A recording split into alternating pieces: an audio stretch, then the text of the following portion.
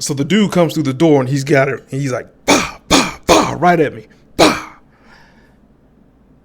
And I'm terrified. Well, let me back up. Let me back up and get you in the story. I was running from God, haunting me to preach and teach. And I'm like, absolutely not. I don't have a problem with God or anything like that, but I'm not the guy. And I'm not going to do it. All I want to be is a man, and I want to have intimacy with all the girls that I see. That's the life that I want for myself. And what I used to do, I used to go live it up, and I used to go to parties. I go to clubs all the time. And this particular night, I knew something was just eerie about this whole night. And we get in the club, and the club is this night is the most lit the club has ever been in my life.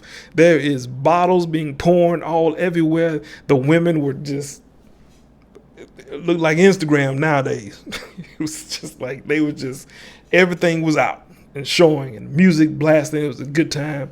And I had laid my eyes on a woman that I wanted to be the woman that I was going to have a good time with after the club. And she had on these white leggings. I remember this night like it was yesterday. She was the baddest in the club, okay? And I'm trying all night to get her attention. I'm trying all night to get with her and stuff like that. And finally, I get her attention, and I go over to her. It's like, hey, like, what's the deal? Let's go over and let's do this lap thing. You can come in over here, and we sit at the bar. You can sit on my lap. We can have a good time with your dancing on my lap, okay? And she's like, cool. I'm like, cool. And she comes over, and as soon as this lady sat on my lap, as soon as she did it, dude comes through the door. He's got the heater. Bah, bah, what's up now? Bah, bah, bah. And he's towards me. And the girl that was in my lap, she's gone. Boom. And I'm there, like wide open. The bartender behind me, she's shot. She's dead. Everybody in the club is running. People fall on the floor. I fall on the floor. And I can still see the sparks from the gun because this guy's he's still popping off. Pop, pop, pop. And I'm just there. And I'm just disappointed in that moment. I'm like, man. I'm like, okay, God, please. I don't want my mom to find me here at a club, shot in the club. I don't want her to get this news like this. This is not what I want. Please, please. Now I'm begging God. Running from God at first, now I'm begging God. And, this guy at the door with the weapon, and, people look shoving, people trying to get out and all this type of stuff. I can't put an eye on him, so I'm running. I run out of the back door. This big, huge fence. This fence looked like it was like 3 stories high on this fence. I end up getting over the fence and then down a hill. There's a hill outside of the fence. So I get over the fence, roll all the way down the hill where a whole separate section of parked cars are. And I land into the one of the cars down there. Boo! My back. And I'm like, oh my goodness. I can still hear the screams and the yelling from people in the club.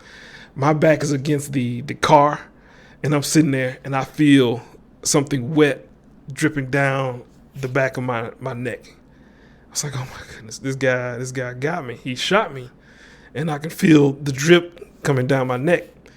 At that moment, I hear a guy say, oh, excuse me. It wasn't blood that was coming down. It was a guy who was peeing on the side of his car that had started to pee on me because I startled him by hitting his car, and he's peed all over me. And he's like, I'm sorry, man. I'm like, man, thank you.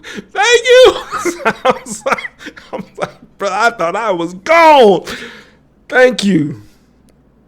I got up, I find my car, whatnot, get in my car, and I'm about to speed off and realize that my best friend was still in the club. So now I can't leave my best friend. So I'm circling around this whole chaotic scene, waiting for my homeboy to come out of there, picked him up, and we scurried out of there or whatnot. But I said to God, okay, what do you want me to do?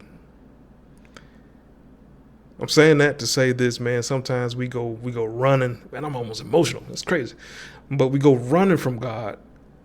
We try to go away from God. We try to do everything that we can not to be a part of God, not to say what God has for us to say, not to do what God has for us to do.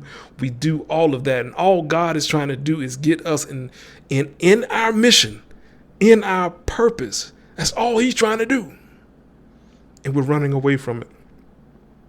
So my question to you today: what are you running from that you know God has called you to do? God keep you and God bless you is our prayer. I hope this helps. Amen.